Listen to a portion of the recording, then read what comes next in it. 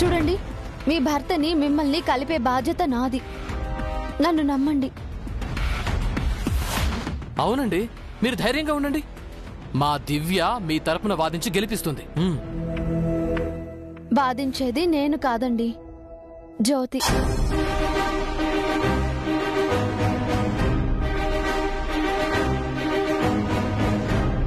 నేనా? ఏంటి, నీకు కూడా మా మావయ్య గారంటే భయమా? ప్రసాద్ గారంటే నాకే భయం లేదు, గౌరవమే ఉంది. మరేంటి ప్రాబ్లం?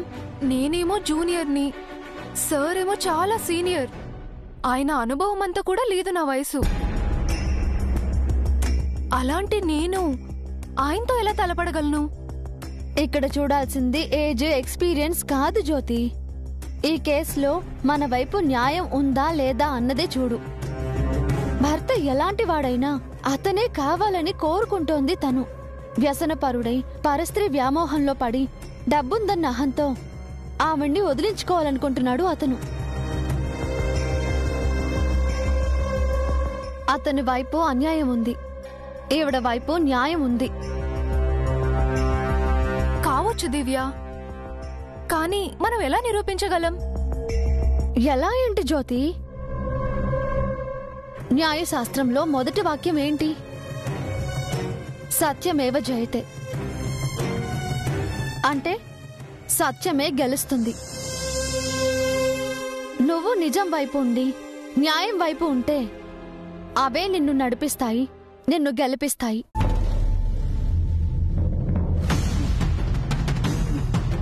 ఒకటి గుర్తుపెట్టుకో జ్యోతి, ఎంత అనుభవం ఉన్నా అబద్ధానికి ఆయుష్ తక్కువే. సత్యమే శాశ్వతం. అబద్ధం అభద్రతా భావంతో ఉంటుంది, నిజం ధైర్యంగా ఉంటుంది. నువ్వు ధైర్యంగా పోరాడు, నీ వెనక నేనున్నాను.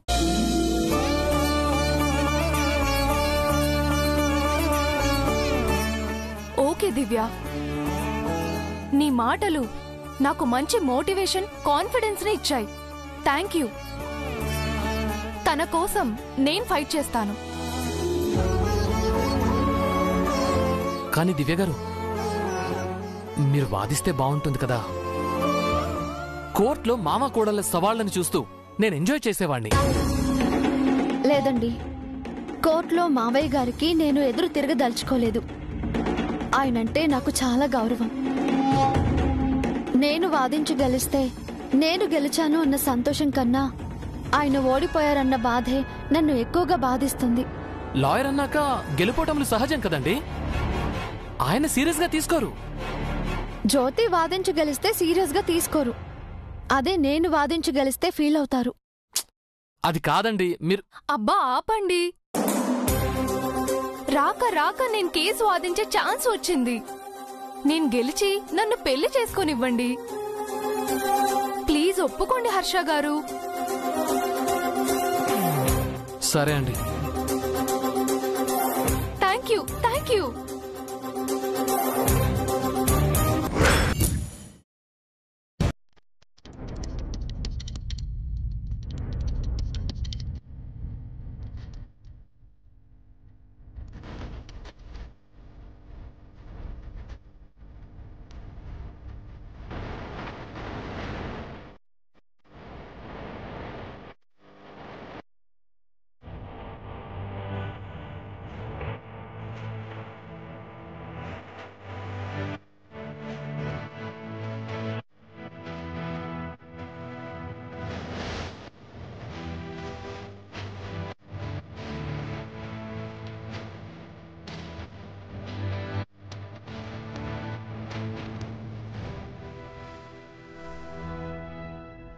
కూర్చోండి.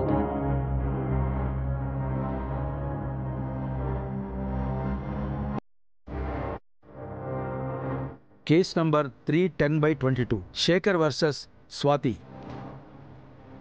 శేఖర్, స్వాతి.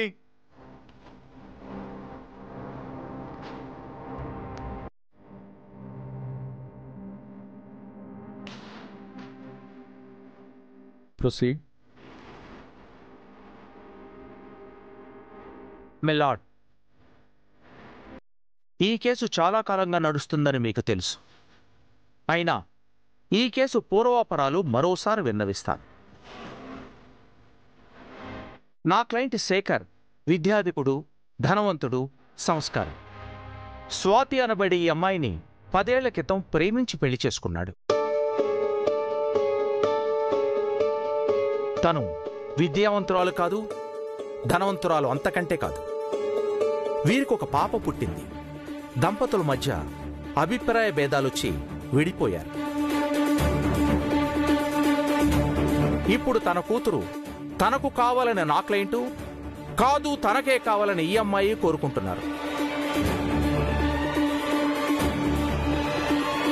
నవమాసాలు మోసి కన్న కూతురు తన దగ్గర ఉండాలని తల్లి కోరుకోవడంలో తప్పులేదు కదా ప్రసాద్?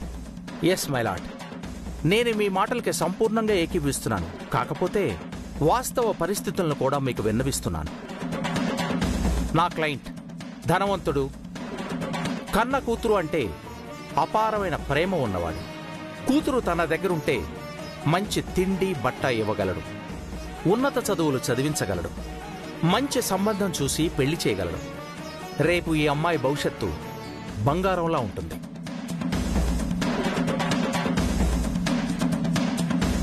అవును సార్, నా కూతుర్ని యువరాణిలా చూసుకుంటాను. ఒక రోల్ మోడల్ని చేస్తాను.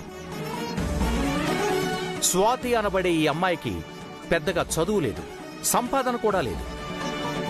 అరాకొరా వనరులతో ఈ పిల్లకు ఏం తిండి పెడుతుంది, ఏం బట్టలు ఇస్తుంది, ఎలా చదువు చెప్పిస్తుంది, ఎలాంటి వాడికిచ్చి పెళ్లి చేస్తుంది? తను బతకటమే కష్టమైనప్పుడు ఈ పిల్లను ఎలా పెంచి పోషిస్తుంది యువర్ ఆనర్?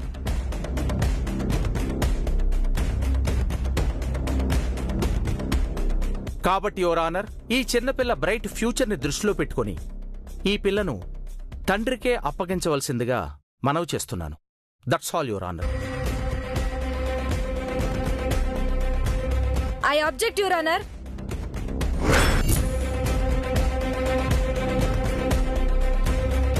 ప్రసాద్ గారు చెప్పింది సమంజసంగానే ఉంది కదండి. కూతుర్ని పోషించే శక్తి తల్లికి లేనప్పుడు తండ్రికేగా కూతుర్ని అప్పజెప్పాలి.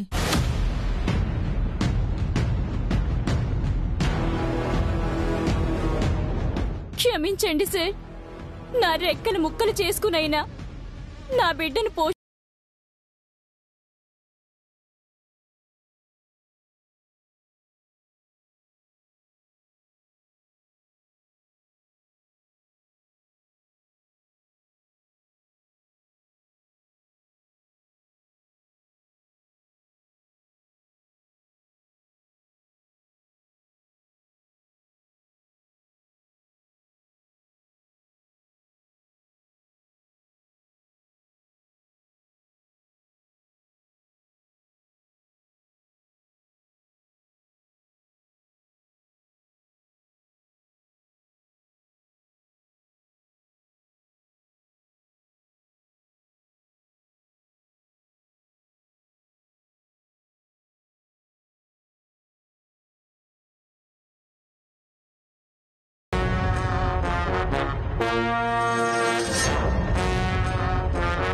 మనమంతా దైవ ప్రసాదాలమే. మీరు, నేను, ఈ ప్రసాద్ గారు, ఆ పిల్ల, తల్లి అందరూ.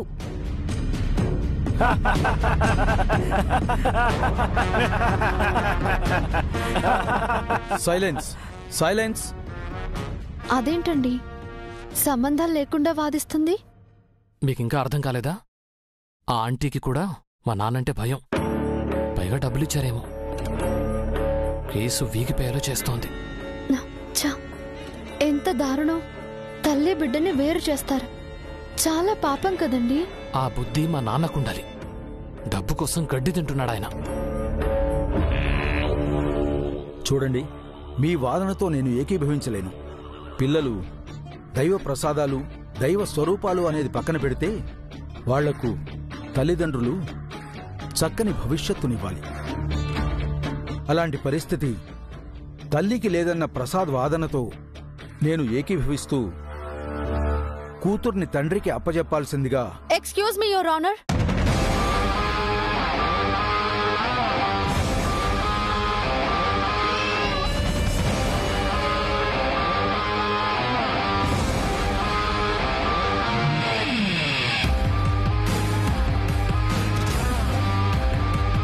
నేను ఆ తల్లి తరపున 2 మాటలు మాట్లాడాలనుకుంటున్నాను సార్.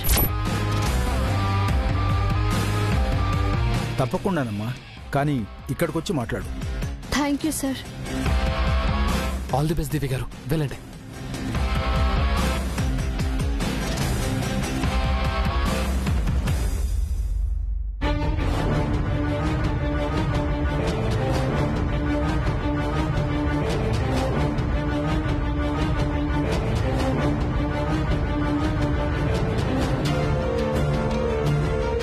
హర్షబాబు, దివి ఏం మాట్లాడబోతుంది?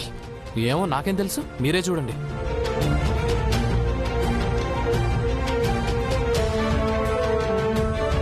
నీకు కాలు నొప్పి అన్నారు, మీరు కోర్టుకొచ్చారేంటి? తగ్గిపోయింది.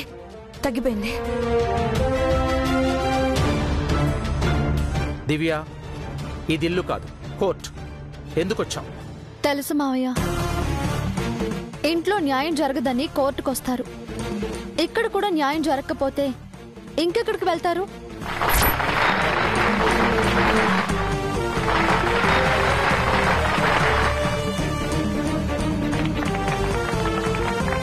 Silence, silence.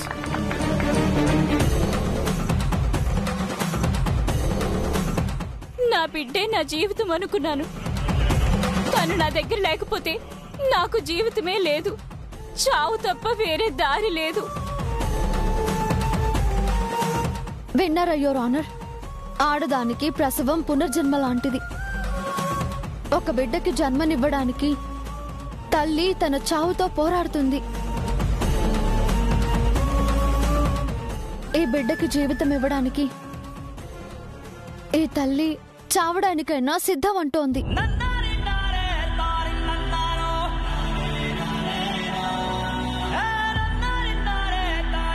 అయినా ఒక తల్లిని బిడ్డని ఎలా వేరు చేస్తారు యువర్ ఆనర్? అలా వేరు చేసే హక్కు, అధికారం ఈ న్యాయస్థానానికి, ఈ న్యాయ దేవతకి ఉన్నాయా?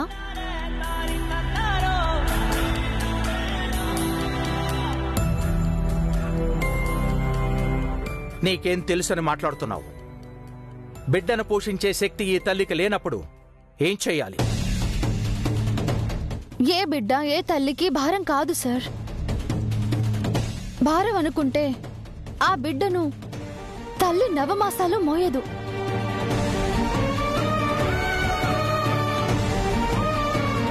కడుపులో ఉన్న 9 నెలలు బిడ్డని ఎవరు సార్ పోషిస్తారు? తల్లి కాదా?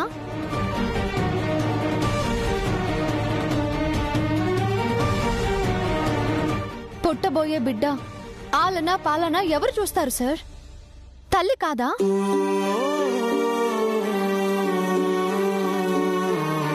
బిడ్డని ఎవరు సార్ ప్రసవిస్తారు? తల్లి కాదా? తన రక్తాన్ని పాలుగా మార్చి ప్రసవించిన బిడ్డకు చనుబాలిచ్చేది ఎవరు సార్? తల్లి కాదా?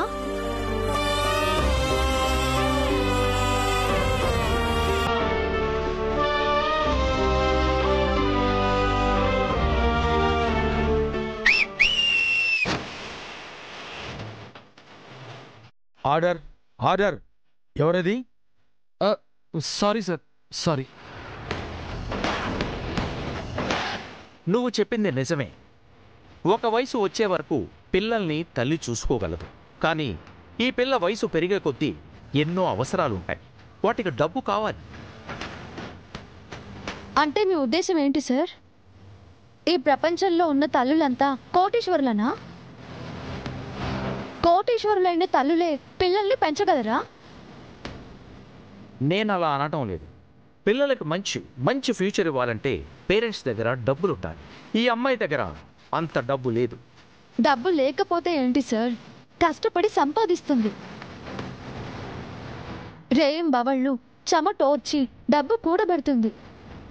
తన బిడ్డకి మంచి భవిష్యత్తునివ్వడం కోసం కష్టాలతో, కాలంతో, పరిస్థితులతో పోరాడుతుంది. తన కూతుర్ని ప్రయోజకురాల్ని చేస్తుంది.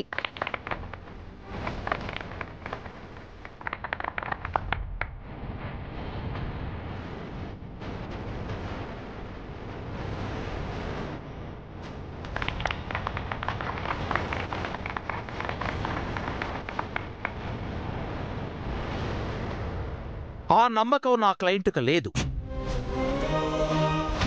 తన కూతురి ఆలనా పాలనా గురించి తన ఆందోళన పడుతున్నాడు యువర్ ఆనర్. నమ్మకం మీ క్లయింట్కి మాత్రమే లేదా, లేక మీకు కూడా లేదా? What do you mean? ఈ ప్రపంచంలో తల్లిని మించిన యోధులు ఎవరున్నారు సార్? నారీని మించిన వీరులు ఎవరున్నారు?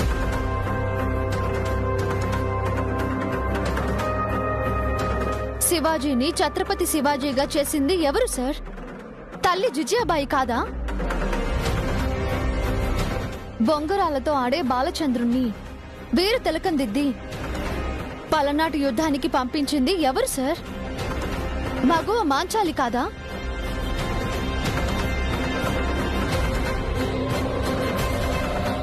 ఎక్కడో యుగోస్లేవియా దేశంలో పుట్టిన ఆగ్నేష్ బోన్సా గోజాక్షువా ఇంత పెద్ద భారతదేశానికి మదర్ తెరిసా అవ్వలేదా సార్?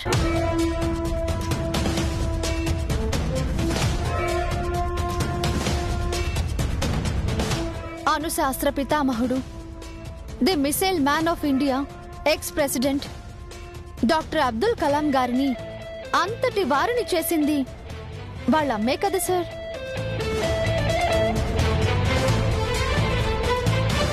అంతెందుకు, ప్రపంచంలోనే సర్వోత్తమమైన న్యాయస్థానానికి అధినేత్రిగా ఉంటూ తన 2 నేత్రాలకు గంతలు కట్టుకుని మౌనంగా నిలుచున్న మన న్యాయ దేవత కూడా ఒక స్త్రీమూర్తే సార్.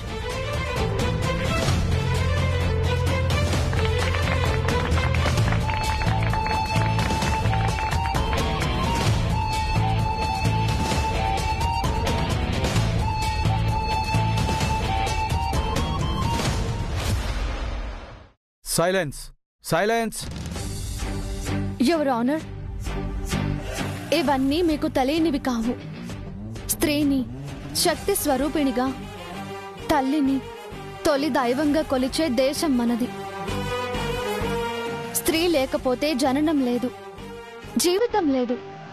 స్త్రీ లేకపోతే ఈ సృష్టి లేదు అని చెప్పుకుంటున్న సంస్కృతి మనది. అలాంటి దేశంలో ఉంటూ అలాంటి సంస్కృతిలో ఉన్న మనం తెలిసి తెలిసి ఒక తల్లికి అన్యాయం చేయకూడదు. తల్లి బిడ్డల్ని వేరు చేయకూడదు. ఏ తల్లి తన బిడ్డను తానే పోషించుకుంటాను అంటోంది. ఎన్ని కష్టాలు ఎదురైనా ఎదురొడ్డి పోరాడతాను అని అంటోంది. ఆ బిడ్డ కోసం 2 పెళ్లి చేసుకోకుండా తన సుఖాన్ని సంతోషాన్ని త్యాగం చేస్తాను అని అంటోంది.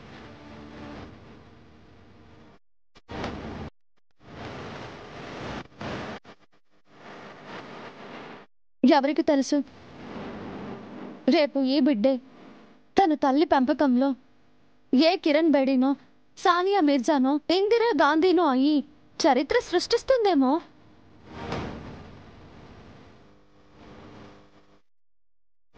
కాబట్టి యువర్ ఆనర్, ఈ తల్లి శక్తిని శంకించకండి.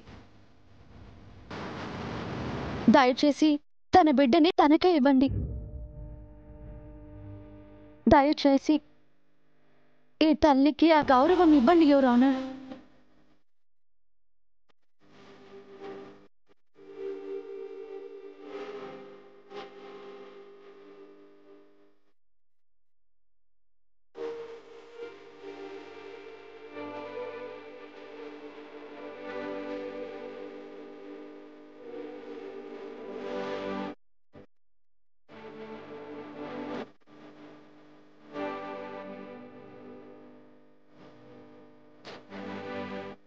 నేను మీతో పూర్తిగా ఏకీభవిస్తున్నానమ్మా. You are right. నారిని మించిన వీరులు, తల్లిని మించిన యోధులు ఎవరూ లేరు. ఆ బిడ్డ ఆ తల్లికే సొంతమని తీర్పునిస్తున్నాడు.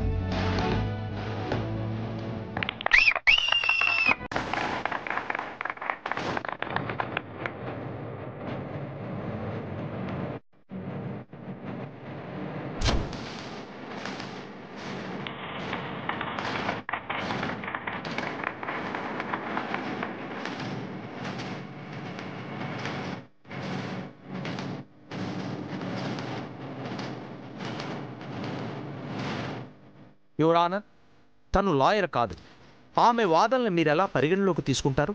ప్రసాద్, మీ ఇంటికి వచ్చిన రోజే అనుకున్నానయ్యా, మీ కోడలు చాలా గొప్ప వ్యక్తి అని. వండర్ఫుల్. అది కాదు సార్, నా క్లయింట్ తనకు కూతురు కావాలంటే ఇంకో పెళ్లి చేసుకోమని చెప్పవయ్యా. వాళ్ళను పెంచి ప్రయోజకులను చేయమను. ఈ పాప మాత్రం తల్లితోనే ఉంటుంది.